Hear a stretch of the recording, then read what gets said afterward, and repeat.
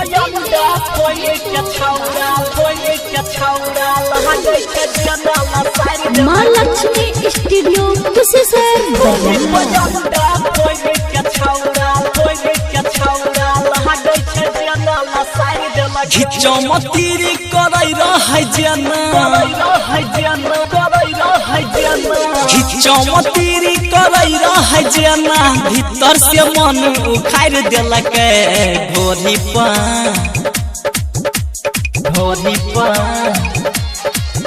आगे ढोरी पयंदा फोड़ के सखी लागे छै जना लसार देलक ढोरी पयंदा फोड़ के छौड़ा लागे छै जना लसार देलक ढोरी पयंदा फोड़ के छौड़ा लागे छै जना लसार देलक ढोरी पयंदा मिक्स बाय राहुल बाबू हाँ मन कर दिए हम कोरिया के गार गए लहंगा हमर देलक घीना सार गे लहंगा हमर देलक घीना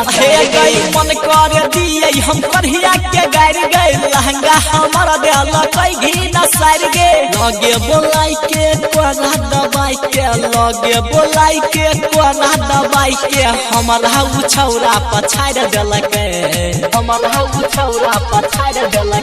आगे ढोरी पयंदा फोड़ के सखी लागे छै जना लसार देलक ढोरी पयंदा फोड़ के छौड़ा लागे छै जना लसार देलक मां लक्ष्मी स्टूडियो कुशेश्वर बाजार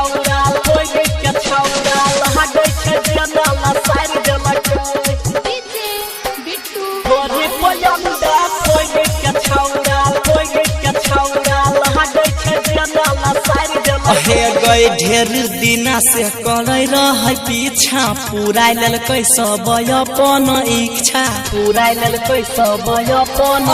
गए ढेर दिना से करे रह पीछा पूरा ललकै सब अपन इच्छा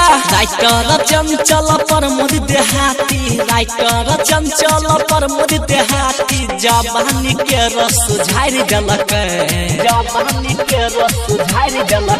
आगे ढोरी पयंदा फोड़ के सखी लागे छै जना लसार देलक